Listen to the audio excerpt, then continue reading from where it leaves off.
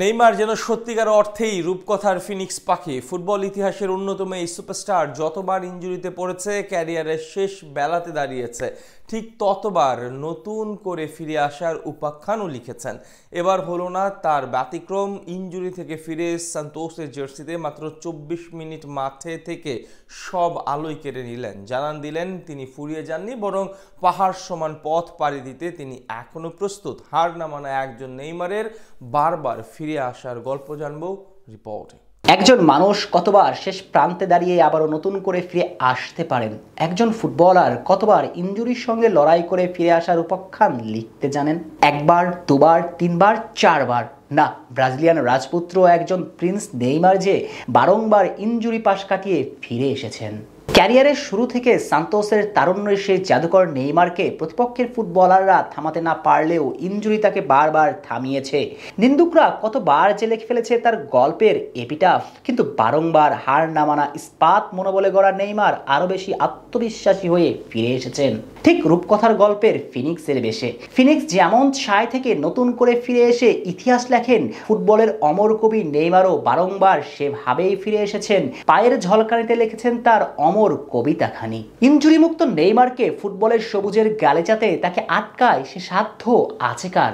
সেজন্যই তো লোকে বলে একজন নেইমার 10 জন সুপারস্টার এর সমান। কিন্তু ওই যে শুরুতেই বলা, প্রতিপক্ষের ফুটবলাররা তাকে থামাতে না পারলেও ইনজুরি তাকে বারংবার থামিয়েছে, তবুও সে ফিরেছে, ভক্তদের ভালোবাসায় সিক্ত হয়েছে।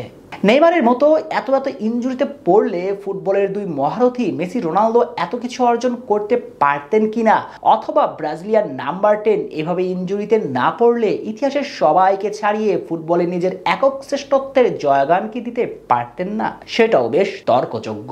তবে এসব তর্ক বিতর্ক এড়িয়ে নেইমারের আরো একবার ইনজুরি জয় করে ফিরে আসার গল্পটাই বলা যাক। সৌদি ক্লাব আল হিলালের জার্সিতে ইঁদুরে ভাগ্যের পাট চুকিয়ে শৈশবের ক্লাব সান্তোসে গড়েছেন নতুন ঠিকানা, কিন্তু সেখানেও ইনজুরি তাকে পেছন ছাড়েনি। সর্বশেষ ন্যাশনাল উইন্ডোর আগে ইনজুরিতে পড়ে মাঠের বাইরে ছিটকে যান, এরপর ফিরলেও এক ম্যাচে মাঠে নেমে আবারও ইনজুরিতে পড়েন এই সুপারস্টার। আর তাই তো এবার অনেকেই দেখে ফেললো তার ক্যারিয়ারে শেষের গল্পটা। কিন্তু তিনি তো নেইমার এত সহজে হাল ছাড়ার পাত্র নন, এত সহজে তিনি আর হেরে যাবেন না। তাই তো আবারও কঠোর পরিশ্রম করে নিজেকে ঝালিয়ে নিয়ে সান্তোসের জার্সিতে কোপা দো ব্রাজিলে মাঠে নেমেছিলেন।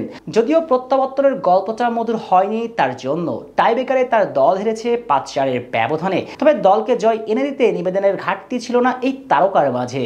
যদিও সান্তোসের শুরুর একাদশে দিন জায়গা পাননি, সাবস্টিটিউট হিসেবে মাঠে এসেছিলেন মাত্র 24 মিনিটের জন্য, কিন্তু এই 24 মিনিটে তার আগমনে পুরো স্টেডিয়াম ফেটে পড়ে উল্লাসে। আলোর ঝলকানি উদ্ভাসিত হয় নেইমি ভক্তদের মনের কোণে। ভক্তদের নিরাশা করেননি এনজেটেন, মাত্র 24 মিনিট মাঠে থেকেই নিজের সবটা নিংড়ে দিয়েছেন। কখনো সৃষ্টিশীল পাস তো কখনো জাদুকরী ড্রিবলিংয়ে ভক্তদের মন কেড়েছেন।